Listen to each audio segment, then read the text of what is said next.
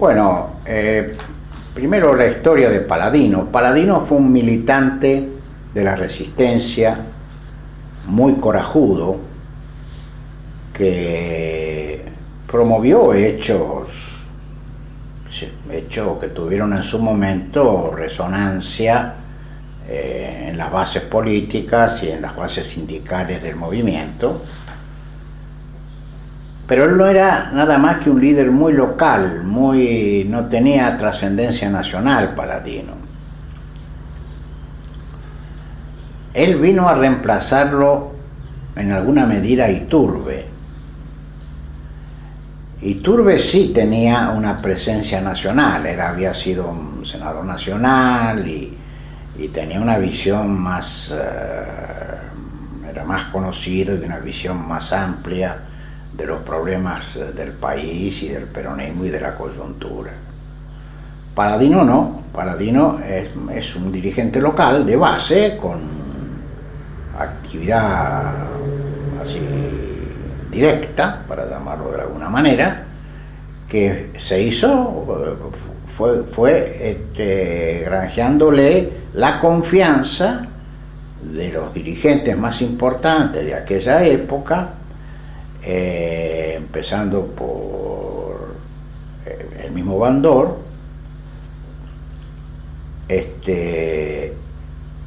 yo no me acuerdo bien eso entre Bandor y Paladino. Bandor cuando lo mataron, el 68, ¿no? Así. Bueno. Paladino empieza a moverse, pero en el ínterin se ha producido este fenómeno. Los militares, y en especial la NUCE, han cambiado su óptica respecto al peronismo. De considerarlo un enemigo irreconciliable al cual había que destruir de cualquier manera, se dieron cuenta que como eso no era posible, tal vez eso podía lograrse por la seducción y por la cooptación, que es una vieja arma frente a enemigos invencibles, que aparentemente son tremendamente fuertes. Bueno, entonces Paladino comienza un diálogo con los militares. Por supuesto, con el conocimiento de Perón. No sé si con el consentimiento, pero sí con el conocimiento. Sí, Paladino no fue un traidor que se cortó solo para entenderse con los militares, no lo fue, él comunicaba. Pero lo cierto es que ese trato con los militares a un muchacho sin mucha formación, que estaba allí más por sus méritos violentos que por una concepción política de su rol, y un muchacho, lo voy a decir con todo el respeto que él me mereció siempre, ¿no?, que comenzó a ser seducido por las, digamos así, por las voces del poder, o por los usos del poder, o por los estilos del poder, porque se está dialogando mano a mano con los más altos jefes militares de la República. Y eso le fue, lo hizo como podríamos decir, autoproyectarse más allá de sus posibilidades.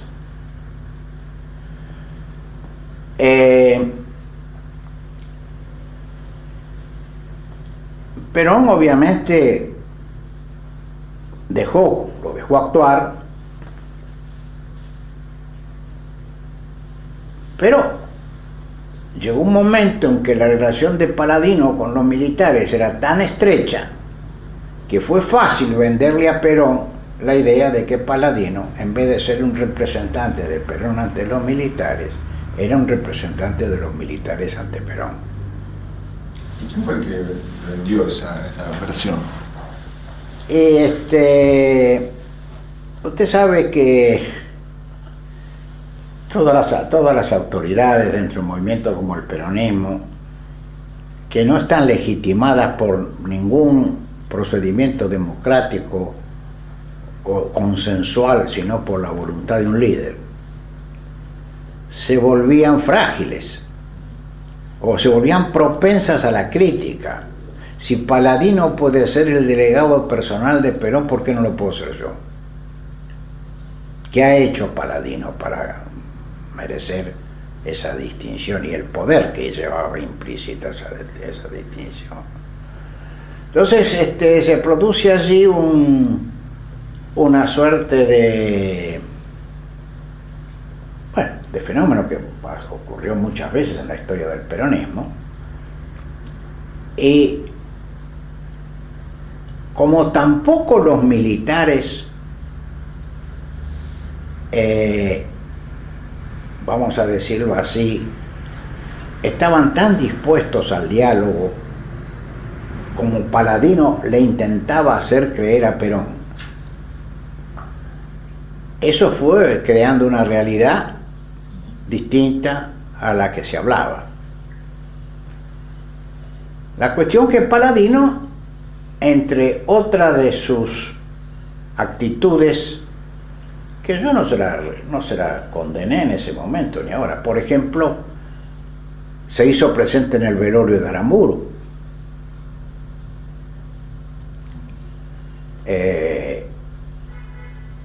Y eso, por supuesto, era un paso muy audaz para una conducción peronista.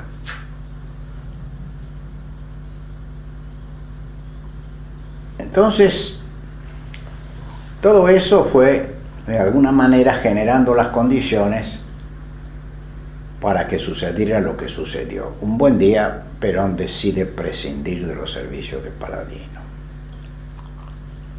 Lo del velorio de Aramburu fue un punto determinante. ¿Cómo? Lo del velorio de Aramburu fue un punto determinante. Fue uno de los tantos puntos, ¿no? Porque el velorio de Aramburu también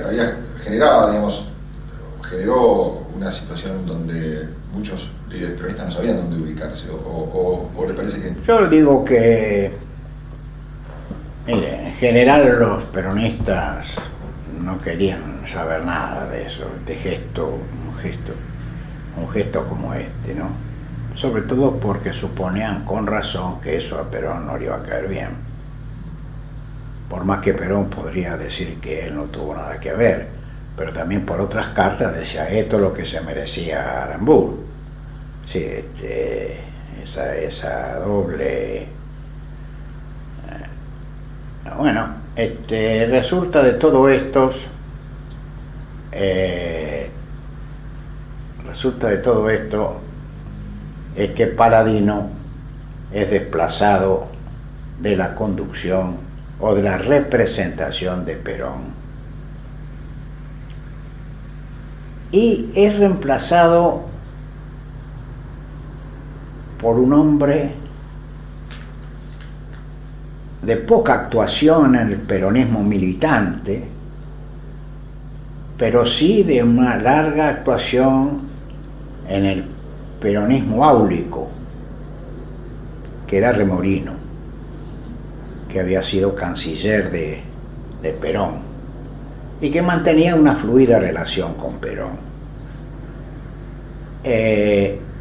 Remorino, con quien yo tuve una larga y profunda amistad, él había sido embajador en Washington cuando yo me desempeñaba allí como consejero financiero.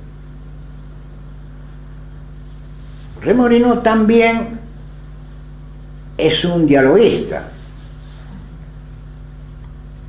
pero él lleva el diálogo a las instancias políticas, no militares. Comienza a conversar con dirigentes radicales y a establecer un nexo de Perón con la sociedad política, marginando a los militares.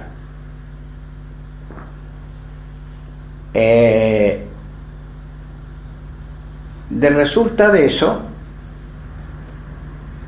comienza a gestarse lo que después fue la Hora del Pueblo. Esa suerte de transversalidad que después tomó tanto tanta resonancia ahora, 20 años después, qué sé yo. La cuestión que después de Remorino, que no tomó, Remorino no lo nombró oficialmente su delegado personal. De hecho, Remorino empezó a actuar como delegado personal de Perón, reemplazando a Paladino. ¿Y hubo otros cambios en el comando superior? No, porque eso del el comando peronista era una entelequia, no existía. Perón, salvo en el 62, después de ganar la elección en la provincia de Buenos Aires, cuando cae Frondizi, ahí sí formó el comando organizador y supervisor del peronismo, del cual yo era secretario político. Eso, ahí sí, fuimos todos nominados, ahí tengo yo las cartas y las cosas, pero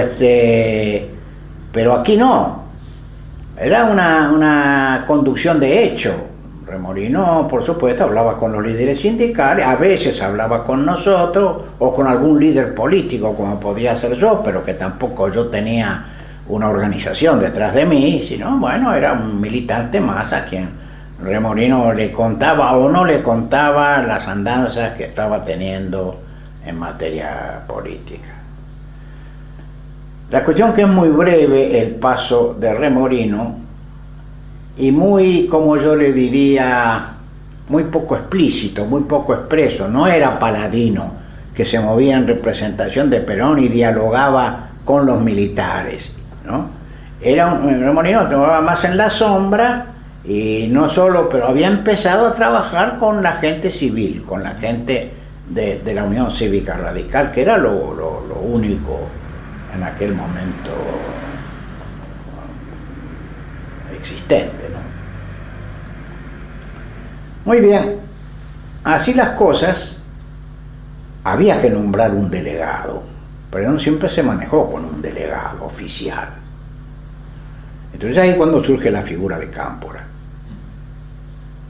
¿no? Cámpora llega, pasaron otros que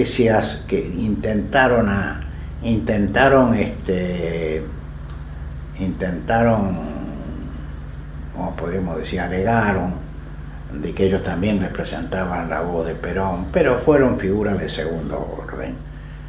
Allí el que comienza a visitarlo a Perón en Madrid y a ganarse su confianza es un viejo dirigente muy conocido, de origen conservador, pero un hombre militante en el peronismo, que había sufrido prisión durante la época de la Libertadora, que tenía fama de ser un hombre muy leal. Por supuesto, quienes conocíamos bien las cosas, no le asignábamos mucha chance a Cámpora de capacidad de conducir. Sabíamos las limitaciones que Cámpora tenía. Pero Cámpora aparece en el escenario y se constituye en el delegado personal de Perón en la Argentina. Bueno, pero ahí no para la cosa, porque Cámpora viene con un elenco sutil, no muy expreso, pero que va ganando posiciones alrededor de él, que era una figura maleable, son los muchachos de la juventud peronista. Entonces en ese proceso es donde entramos ya a los prolegómenos de lo que iba a ser la elección del 73. Con Cámpora de candidato y con un Perón que, sin mucha decisión, pero aceptando la realidad de los hechos, acepta, gita la candidatura de Cámpora a presidente. Pero en la interín, si ustedes me permiten un poquito, yo voy a buscar mis apuntes, porque no tengo tanta memoria de detalle para acordarme de estas cosas, ¿no? Sí, no, está bien. No, una pregunta antes, por el tema. O pregúntenme. Claro, no, Cámpora inicialmente no tiene una relación con la juventud. ¿Cómo se establece ese vínculo, ese apoyo de Cámpora en la juventud? Porque no es algo que tenga que ver con su historia, digamos, ¿no? Bueno, en primer lugar por las conexiones familiares de Cámpora. Es decir, sobrinos de él. Mantienen una relación fluida con las organizaciones juveniles, que comienzan con una fuerza vital arrolladora, comienzan a desempeñar la verdadera conducción del peronismo. Cámpora en esto es más bien una fachada, pero la conducción real la empiezan a tener la juventud y sus líderes. El principal en ese momento era Galimberti. Galimberti, en primer lugar Galimberti, ¿no?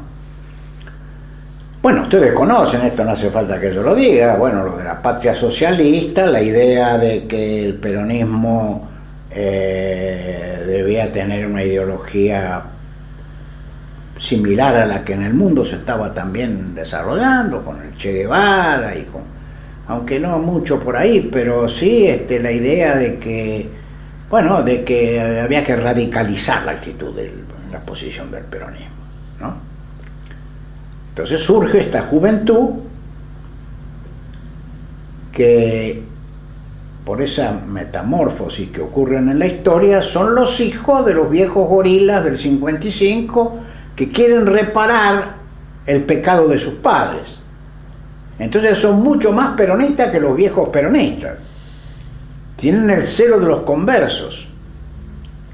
Entonces ellos tienen un manifiesto de desprecio por la burocracia sindical.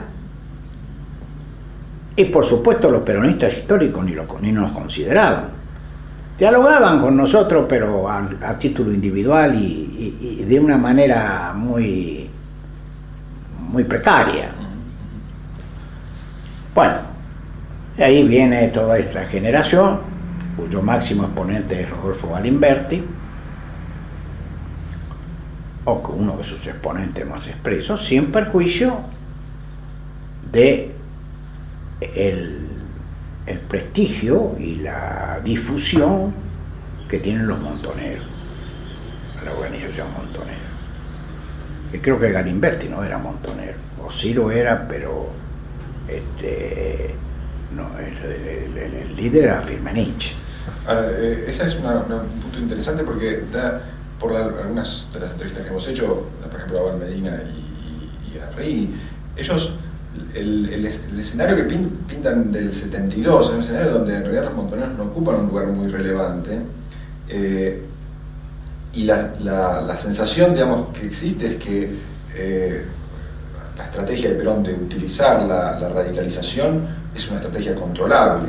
¿Eso era algo compartido por el sector político, digamos, por ustedes, que eran dirigentes más? Nosotros estábamos superados por la ola esta, oponerse a ella, moderarla, era imposible. Yo me acuerdo que cuando tuvimos que redactar la plataforma del frente, ¿cómo se llamaba? El Frejuli. Yo fui uno de los que, por pedido de Cámpora, uno de los que trabajó en la redacción del documento, y hablaban en la parte económica, hablábamos de la propiedad en función social, repitiendo, y bueno, tuve una larga y casi violenta discusión con Galimberti, que quería poner radicalmente la cuestión de la propiedad privada en términos socialistas. Y fue una discusión muy larga y muy ahí en el edificio de Avenida La Plata, donde funcionaba el PJ. Y bueno, finalmente triunfó mi tesis, pero para eso apelé a los viejos peronistas para que le llevaran el mensaje a Cámpora de que no podíamos nosotros poner en nuestra plataforma una fórmula socialista para la propiedad privada, porque eso contradecía no solo la doctrina del movimiento, sino que eso era, a menos que hubiera una guerra civil de por medio, era una cosa inviable políticamente en la Argentina. ¿Y cómo se resolvió el...? Al final se aceptó mi tesis, ¿no? Debo reconocer con un poquito de vergüenza a la altura de los años que una de las personas que más influyó para que esto fuera así era Emma Tacta de Romero, es decir, la esposa de Romero, gobernador de Corrientes, ultraconservador. ¿Por qué? ¿Cómo se dio su influencia? Y porque estaba ahí en la reunión, ella formaba parte de la comisión redactora. ¿No? Bueno, en ese momento, digamos, estamos hablando de mediados del 72, sí. ¿no? Se está preparando el viaje de Perón. Bueno. Sobre eso también hay un capítulo a contar que no sé si lo voy a recordar. Entonces, algunos de nosotros viajamos a Madrid, porque Perón anuncia, de una manera inesperada, su decisión de regresar al país.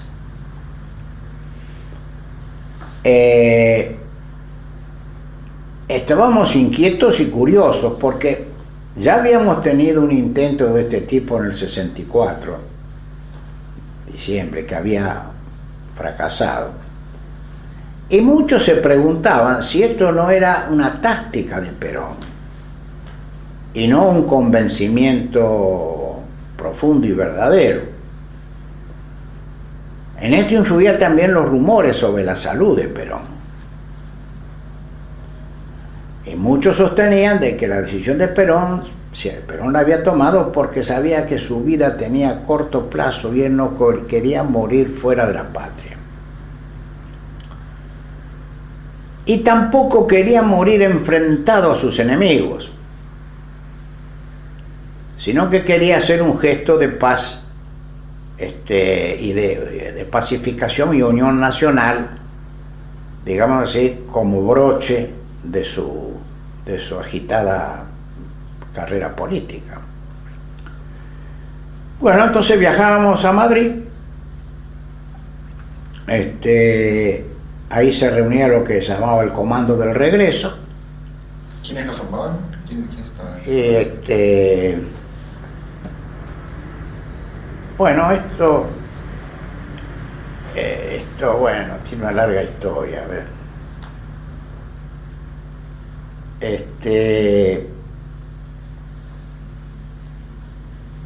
Bueno, los principales líderes sindicales, con Lorenzo Miguel a la cabeza,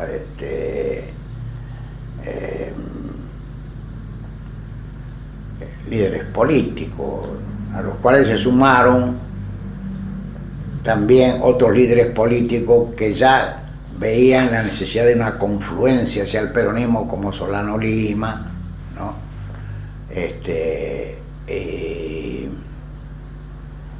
Y también, bueno, ahí tengo una foto con el comando, está Delia Parodi, está Iturbe, o no me acuerdo bien. Tengo una foto, si voy a buscar la foto les muestro quiénes estaban ahí.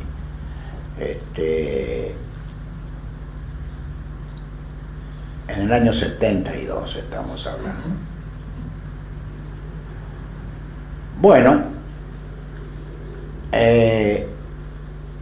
¿quién más estaba en el 72? Bueno, le dije Delia Parodi, Rucci. Rucci es un personaje muy especial, modesto en su forma y en sus orígenes, pero que lo sucede a Bandor en el manejo del movimiento obrero a través de la poderosa Unión Obrera Metalúrgica, ¿no? Y demuestra una capacidad que para muchos de nosotros resultó insospechada.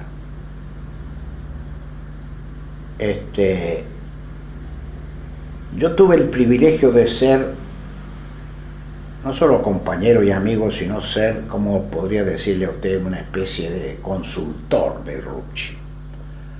Rucci me consultaba y me pedía mi concurso. Yo he escrito muchas de las declaraciones de Rucci y de la CGT de aquella época.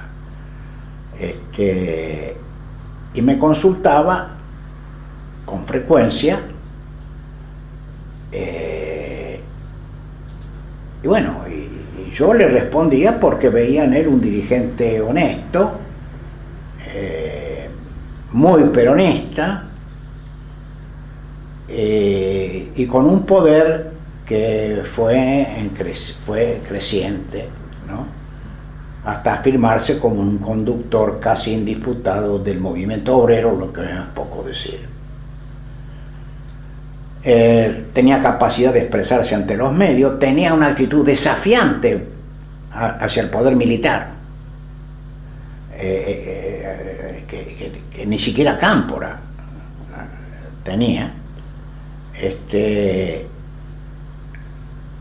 Y todo eso lo catapultó a ser una de las figuras más relevantes de esa época. Bueno, las reuniones en Madrid, cuando Perón anuncia su regreso, y en Buenos Aires, se hacen cada vez más continuas. Entonces empieza todo ese proceso en que los militares, viendo que quieren abrir el proceso electoral, quieren abrir la normalización del país, pero no quieren que el peronismo triunfe, y para eso inventan una serie de fórmulas proscriptivas, al final de las cuales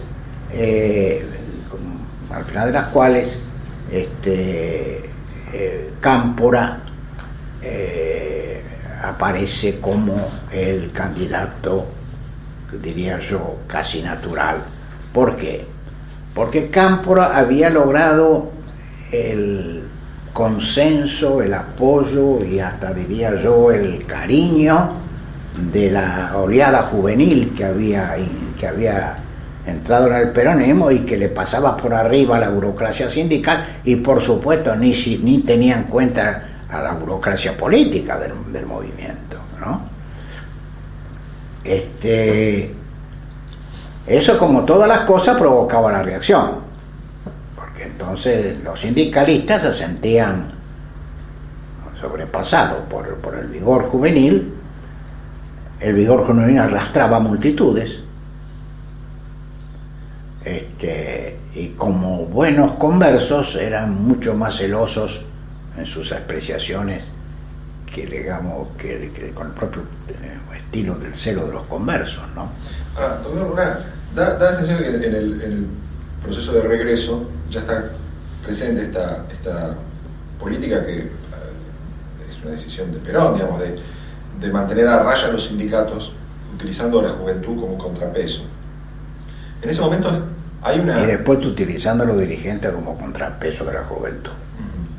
Ahora, eso va a ser posterior, pero inicialmente es una decisión, digamos, clara para ustedes de esta oposición.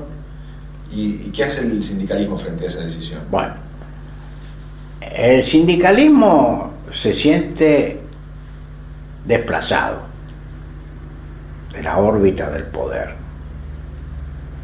Advierte con preocupación que su desplazamiento trae como concepto, es forzado por la irrupción de la juventud. Algunos de nosotros tratamos de lograr un encuentro entre los dirigentes sindicales y los dirigentes gremiales, dirigentes juveniles. Y en uno de los libros que hay, porque para estudiar bien eso les recomiendo leer el libro de Lanuse sobre los montoneros. ¿Lo leíste? ¿El testimonio? No el libro de Lanuse, sino el libro de un tal Lucas Lanuse. Sí, lo leí, salió hace poco. Sí.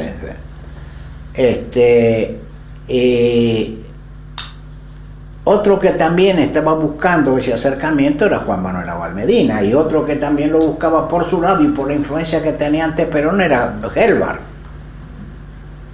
Entonces trabajábamos individualmente. Sí, me acuerdo que se hacían comidas en mi casa donde venía Galimberti, venía Rucci, y conversábamos de la, en fin, de ver cómo hacemos para estar todos juntos, ¿no? Bueno,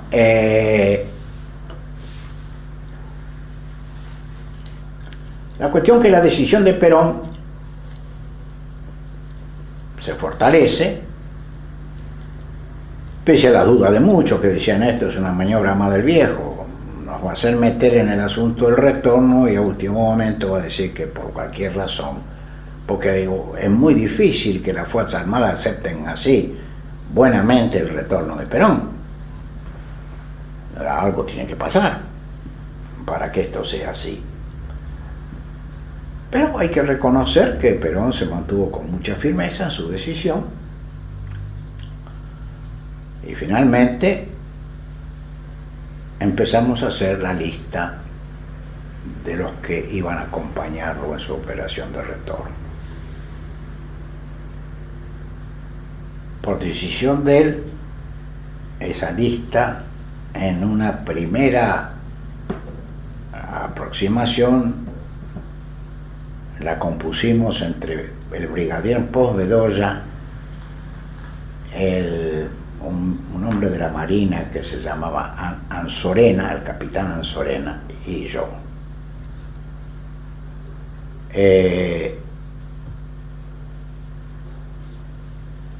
Bueno, el asunto, hay un librito que se llama La Operación Retorno, donde se narra más o menos bien, con algunos detalles que le faltan, la lista, cómo se va a organizar. Yo invito por mi cuenta a tipos como Guido Di Tella, o como al padre Mujica, al cual le pago el pasaje, o al padre de la parroquia donde lo mataron, que se llama el padre, bueno, no me acuerdo el otro. ¿A quién más invitamos? Bueno, siguiendo las instrucciones de Perón, era un mosaico que comprendía todas las, desde San Filipo, pasando por la Villafañe, ¿cómo se llamaba? Graciela, Claudia Villafañe, ¿no? ¿Cómo se llama la actriz? La que hacía la publicidad. Sí. Artistas, periodistas, jugadores, deportistas, sindicalistas, políticos. Y detrás de todo esto, la sombra amenazante y al mismo tiempo incomprensible de López Rega. ¿Cómo lo veía usted a López Rega en ese momento? ¿Fue la primera vez que lo conoció? Sí, yo lo conocí a López Rega de lejos, pero mi incidente con él más notorio, el que tengo más grabado en la cabeza, es que en el 6 de octubre, me acuerdo la fecha por diversas razones, de 1972 o 71, las elecciones fueron en el 73, ¿no? Bueno, el 6 de octubre de 1972, entonces, Perón hace una conferencia de prensa. Ahí, para mayores datos, hay que leer el librito que publicó que fue senador nacional, Funes, de Santa Fe, Chango Funes, porque en Madrid Perón nos encomienda a Funes y a mí que redactemos, sobre la base de las ideas que Perón nos daba, los 10 puntos de la pacificación nacional, como una suerte de alegato que Perón iba a enviar a la Junta Militar para pacificar el país. Esa era la idea, pero no quedaba muy claro cómo se iba a hacer esa pacificación, ¿no? Entonces Perón hace una conferencia de prensa allá en Puerta de Hierro, convoca a toda la prensa internacional en Madrid, y al mismo tiempo Cámpora viaja a Buenos Aires para recibir los 10 puntos tal como quedaron finalmente redactados. Y el que fue el que llevó el mensaje, porque Cámpora tenía que presentarse a la misma hora que Perón tenía la conferencia de prensa en Madrid, en su casa, ante la Junta para entregar los 10 puntos. Y el que le llevó los 10 puntos fue Leopoldo Frenkel, ustedes no se han oído nombrar, que fue después intendente de la capital por un tiempito. Frenkel también intervino en la redacción, por lo menos, bueno, sabía los 10 puntos lo que eran. Bueno, entonces, pero ahí entra un poco el relato personal, ¿no? Entonces, ¿cómo entraba la gente a la residencia? ¿Quién estaba en la puerta? López Rega. Entonces, venía gente de Buenos Aires, quería entrar, él decía que no entraba. Como yo no lo conocía, por un momento temí que cuando yo me acercara a la puerta de la residencia me dijera, no, usted acá no pasa, lo cual hubiera sido el fin de mi carrera, ¿no? Porque se suponía que el veto de López Rega era el veto de Perón, o por lo menos era lo que él dejaba presumir. No, pero pasé amablemente, muy bien. Llegamos al comedor, y en la mesa del comedor estaba toda la prensa televisiva internacional, con esas enormes cámaras que había antes. Estaba sentado Perón en la cabecera, y a su lado izquierdo estaba sentado López Rega, que estaba leyendo y diciendo un discurso cansador y aburrido, y yo opté por quedarme en el fondo del salón, apoyado en la pared y tapado por los periodistas. Pero me ve Perón y me dice, Cafiero, dice, pase. Entonces le dice a López Rega, levántese. Yo paso toda la fila de los periodistas y Perón se para y dice, este fue ministro, mi ministro lactante lo llamábamos, porque cuando era muy joven fue mi ministro y ya tiene estudiado todos los planes de cómo vamos a resolver la crisis económica del país. Yo sudaba tinta, ¿no? Bueno, por ahí creo que tengo un video, no exactamente de esto, pero de esa reunión, después lo conseguí por la televisión española, pero 20 años después. Jamás me iba a imaginar que eso existían los archivos de la televisión española. Entonces le dice a López Rega, levántese, y yo me siento en el lugar de él.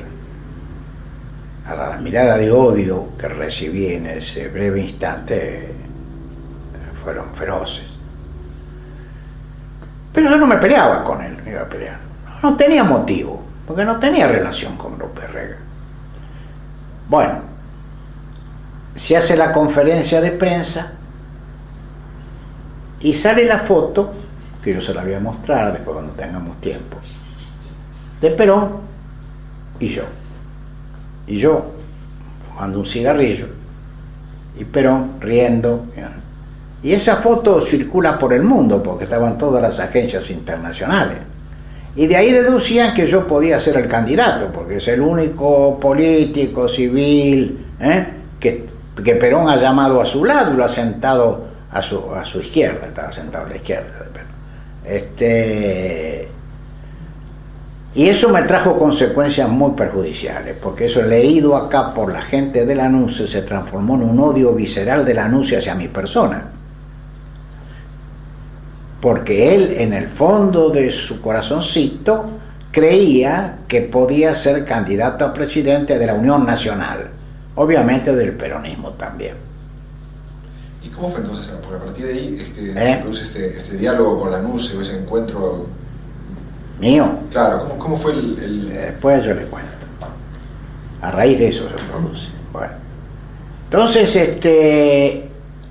Perón me dice, mire, cualquier negociación es posible, menos con los militares. Ese asunto lo manejo yo. Está bien.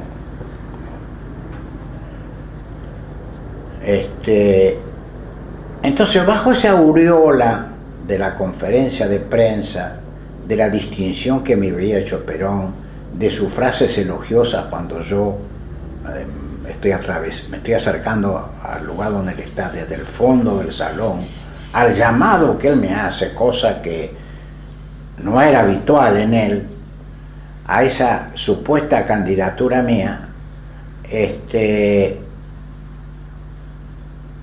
hace que acá en Buenos Aires la lectura es: este es el candidato, no es Cámpora. Y Perón me había dicho en una de las largas noches que estábamos ahí en Puerta de Hierro, me había dicho, mire, dice, yo tengo dos hombres en la Argentina, así textual le digo, ¿no? Uno es Cámpora, y me miró, y el otro es usted. Pero Cámpora, me dijo textual, es un pelotudo. Se sienta ahí, saca un cuaderno, anota todo lo que yo le digo y después no hace un carajo. Digo, mire, a mí no me mire, general. No estoy preparado ni psíquica ni políticamente para lo que usted está sugiriendo. Al país o lo arregla usted viniendo de Madrid y haciéndose cargo del gobierno, o no lo arregla nadie.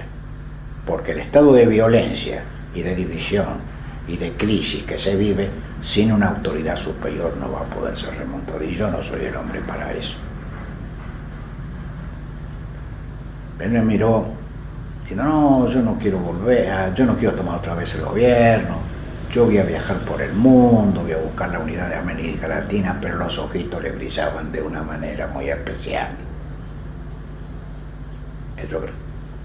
Yo creo que él ya tenía decidido que quería volver a la presidencia y que todo lo que venía de acá en adelante, bueno, era el trámite que tenía que desembocar en ese proceso. Bueno, así las cosas, yo vuelvo a la Argentina,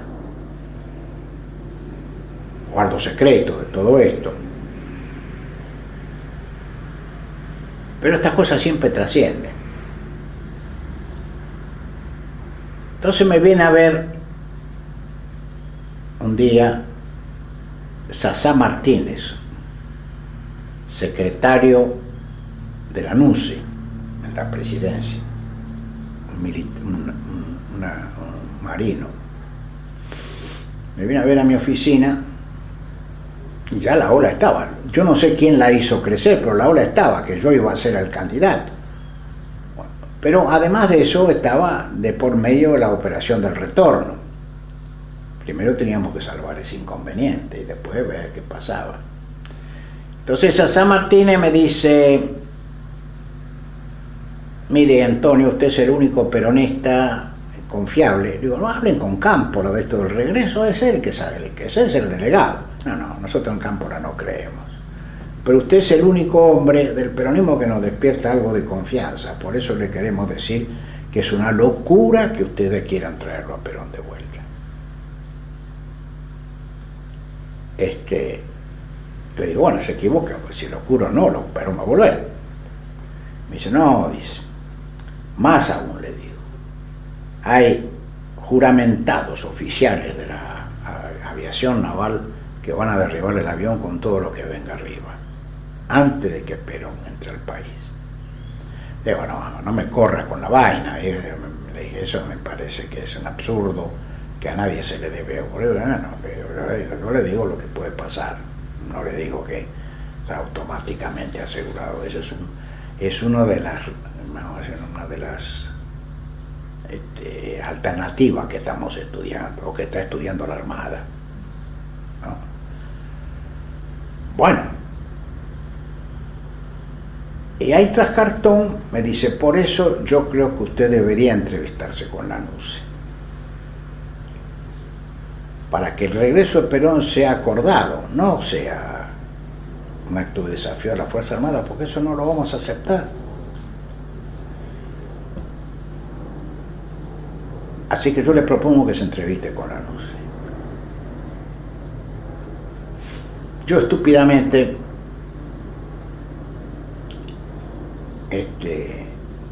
sentí que tenía una responsabilidad ante mis ojos, ante mi absolutamente mucho más allá de mi fuerza. ¿Qué debía hacer? Pero me había dicho terminantemente, con los militares solo negocio yo. Y la palabra de Sassá Martínez no me parecía del todo confiable. Pero de cualquier manera, él me propone una entrevista con Lanuse para arreglar los detalles del retorno pacífico de Perón. Era una cosa a la que yo no me podía negar. ¿Y usted consultó a Cámpora o a otros? No, a Cámpora no, pero sí a Rucci, a Lorenzo Miguel, a los dos, tal vez a algún otro, pero Rucci me dijo, anda, a ver qué te dice. Cambio Lorenzo Miguel, más pícaro, me dice, yo que vos no iría. Y lo mismo me dijo mi mujer, es una trampa Antonio Novaller. Digo, sí, trampa no, pero acá de esto depende un poco, a lo mejor, qué sé yo, un hecho próximo a una guerra civil. Entonces cometí la torpeza de asistir, de aceptar la entrevista, bajo la promesa del más riguroso silencio y secreto de la cuestión. Estúpido de mí. La reunión iba a ser un domingo. El sábado a la tarde me llama Sajón, jefe de prensa de Lanuse. Me invita a tomar un café en su domicilio de la calle Pueyrredón. Yo voy. Y él me dice, así que lo va a ver al general mañana. Putié me quería tirar del balcón. Digo, como si esto lo sabe el país. Me dijo, porque ahí hay que decirle a Lanuse que sus posibilidades presidenciales son muy, vamos a decir, viables. Yo dije, mire, Sajón, yo no me meto en esto para que Lanuse satisfaga su candidatura presidencial. Yo me meto en esto porque ustedes me han dicho, me han mandado decir que de aquí pende eventualmente la paz o la guerra entre los argentinos, nada más. Bueno, cuando terminó la reunión, yo volví a mi casa derrotado. Dije, esto ha trascendido, esto me voy a llevar me deja descolocado ante Perón. Pero siguió pensando en mi ánimo el gesto patriótico. O sea, la idea de que era una reunión de pacificación también era aunque fuera pública, aunque tuviera tanto, aunque se hiciera pública, sí. Si la idea era que se lograba la pacificación, era también algo que usted... No, pero yo no podía alegar eso. Lo podía alegar, pero eso no era creíble. ¿Qué es eso? En ese ambiente era o leal o traidor, estaba dividido así la cosa. La traición, para algunos, no sé, para Perón, era que yo fui a dialogar con los militares. A él se le consultó porque yo viví, fíjese lo que son las cosas, yo viví siempre con la idea de que yo había ido sin que se le concediera la consulta a Perón. Pero un dirigente sindical, Gallo, que estaba muy cerca de los telefónicos, que estaba muy cerca de Lorenzo Miguel, años después me dijo, no, estás equivocado, nosotros le consultamos a Perón. Y Perón dijo que fueras. Bueno, recién ahora me lo decís. Porque me sacas un peso de encima, quiere decir que el viejo sabía esto. Pero no te hagas problema, ¿te crees que te íbamos a decir que sí? O Rucci sin antes consultarlo a Perón. Bueno, anécdotas aparte. Entonces, el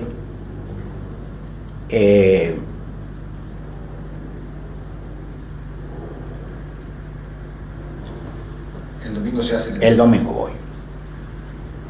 Me vine a buscar, ¿se acuerda del río Sereñú? Bueno, era en aquel momento un edecán de Lanús, no sé qué carajo. Pero recibo un llamado a la mañana del domingo. La reunión era para las 11 de la mañana. Me llama Helvar. Mire, me dice, estoy en mi casa junto a Morroy. Sé que va a cumplir una misión muy delicada. Quiere venirme a ver antes, le puedo dar algunas informaciones. Ya entonces mi terror era,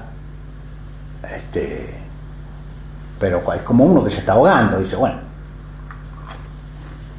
voy a la casa de Helvar.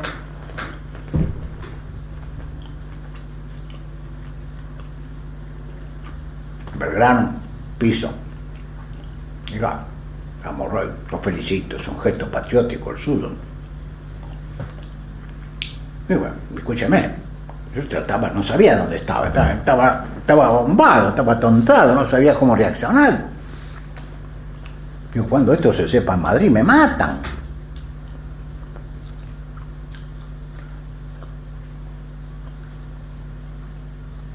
Bueno, ¿no? Vamos con Río Sereñú a Olivos. Como habíamos previsto, nadie nos pregunta nada, yo paso desapercibido por la guardia. ¿Cuáles eran las recomendaciones de Helvar para la reunión? Que lo escucharan, que había que hacer un gran acuerdo nacional.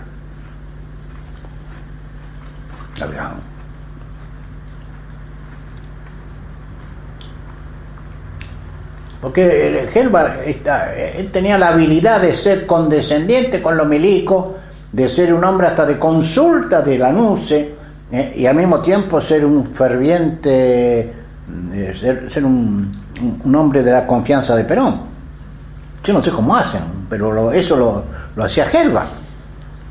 Helvar era partidario del GAN y de la presidencia de Lanús. ¡Qué joder con su peronismo! Por lo menos en esto. Perón dijo que si Helvar no le aceptaba el Ministerio de Economía, él no asumía como presidente, meses después. Bueno, entonces, ¿qué pasó? ¿Fueron con Río Sereñú? Fuimos con Río Sereñú. Entramos. Muy bien, conocía ese espacio, la biblioteca de la residencia, y entra la noche. Cara así media de pocos amigos.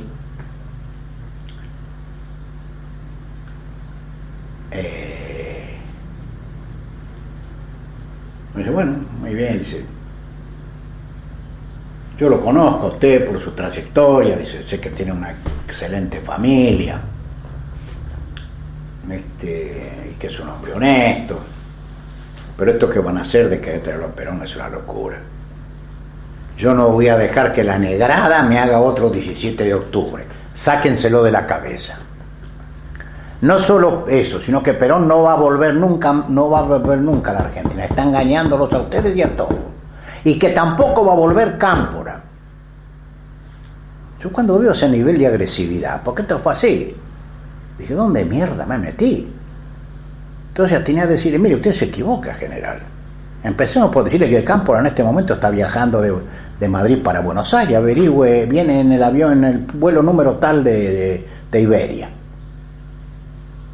Y segundo, le digo que Perón está decidido a volver y usted no lo va a poder frenar. Lo mejor que puede hacer es acceder a esto de Perón y facilitar que todo se realice pacíficamente. Nada más. Me dice, no, ¿cómo voy a creer en eso? No se está engañando a todos, no le da el cuero, todas esas cosas, en fin.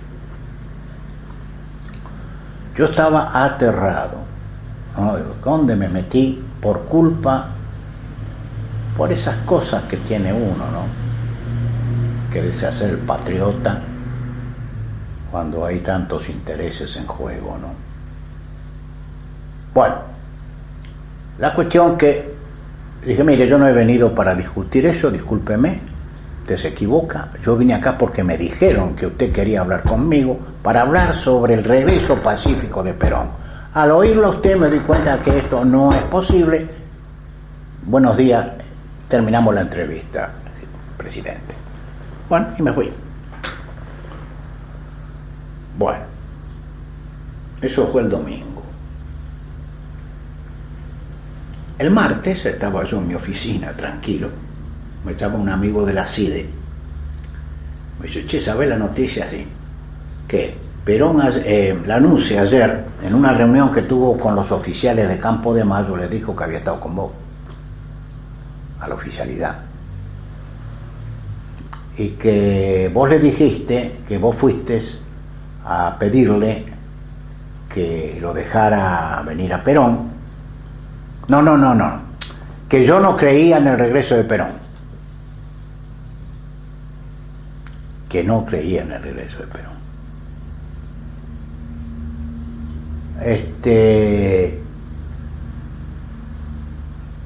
Bueno, yo dije, estoy listo. En ese momento estábamos haciendo la valija para subir a buscarlo a Perón, a Madrid.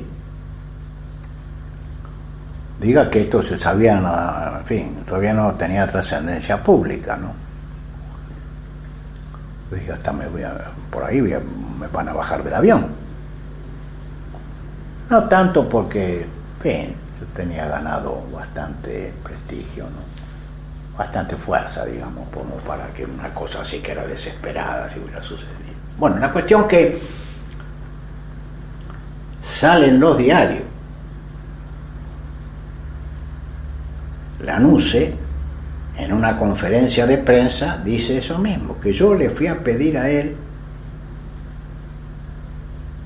garantías para el regreso de Perón. No, que yo le fui a decirle, con él, ahí tengo la conferencia de prensa, tengo el acuerdo bien, si quiere buscamos los papeles después, una cosa así.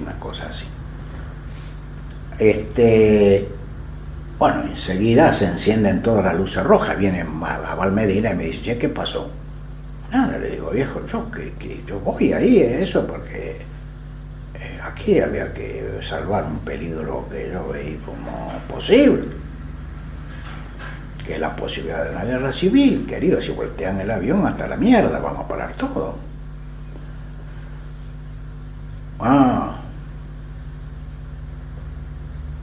El viejo dice, está con una bronca con este asunto que no te digo nada.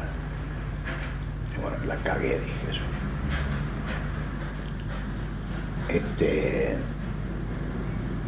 Me equivoqué. Bueno, en medio de este clima y el entusiasmo de la gente, porque había que subirse al avión para traerlo a Perón, yo me embarco primero para Roma, primero para Madrid y después para Roma, donde iba a salir el avión Giuseppe Verdi de Alitalia, que lo iba a traer de regreso a Perón. Pero esto es otra historia, la dejo para otro momento. Una pregunta antes de llegar al regreso en sí. ¿Había una coincidencia, digamos, entre la juventud, los sectores de juventud y López Rega en esos momentos? ¿Los dos tenían interés? Sí, los dos tenían interés. Yo no sé si López Rega, le digo con toda sinceridad, por elementos que fui recogiendo después, no sé si López Rega estuvo de acuerdo en el regreso, porque el regreso era perder influencia y poder ante Perón. Era Perón nuevamente rodeado por la burocracia sindical, por las 62 organizaciones, que no le tenían simpatía a López Rega. Bueno, pero López Rega y la juventud podían evitar que mantener a raya a la burocracia. Había una coincidencia de intereses entre ellos en cómo garantizar un entorno de Perón. Yo no lo vi eso. Las pasiones estaban desatadas de una manera irracional. Yo no sé si tenían en cuenta o no las cosas como usted me las cuenta. Bueno, así las cosas. Y otra pregunta más. De todos modos, usted... A ver, usted me pregunta... La burocracia sindical se llamaba José Ignacio Rucci en ese momento, ¿no? Y usted me pregunta, a ver, repítame la pregunta. Si había una coincidencia de intereses. tácticas, circunstancial, pero una coincidencia importante entre López Rega y la juventud respecto de cómo mantener a raya a los sindicatos. No, pero... No, porque todavía el sindicalismo no tenía la fuerza que fue adquiriendo después. Así, en términos de relación de fuerzas no era tan importante, después la fue adquiriendo. Pero de todos modos había también en su situación, digamos, en la situación suya propia, digamos, ¿no? de estar tensionado entre Perón y los sindicatos, había también una revelación de que el temor de Perón era que el poder sindical fuera demasiado fuerte, ¿no? Que su regreso estuviera demasiado condicionado. No. Es al revés. Perón advirtió que la única fuerza que podía contrarrestar el poder de la juventud, del cual él ya empezaba a desconfiar, que había tenido sus problemas con Galimberti, eran los sindicatos. Por eso la frase del 1 de mayo, los dirigentes sindicales honestos y gloriosos que me han acompañado, ahí el 1 de mayo del 74, lo que dice en la plaza lo pensaba el 73, lo pensaba en el retorno. Es decir, él vio que estaba de alguna manera superado o confrontado con la juventud, que tenía un creciente poder, y no tenía con qué defenderse, salvo su palabra, y él no se iba a poner en primera fila para eso. Entonces, él recompone relaciones con la burocracia sindical a través de un hombre como Rucci, que resulta indiscutido. Y la otra pregunta es sobre las reuniones. Usted comentó reuniones que se hacían en su casa, y creo que también en la casa de la Medina, o en la casa de la Campo, no sé. Reuniones donde se encontraba la juventud y sí. Rucci. Sí. ¿Qué tipo de acuerdos y desacuerdos existían? Nada, no. Yo lo reuní. Habría que preguntar a Juan Manuel, se acuerda él mejor que yo de eso, pero no quedamos nada. El que sí intervino mucho más activamente que yo fue Gelbar. Él habló repetidas veces con Aníbal Medina. ¿Y con la juventud también? Claro, Aníbal Medina como representante de la juventud.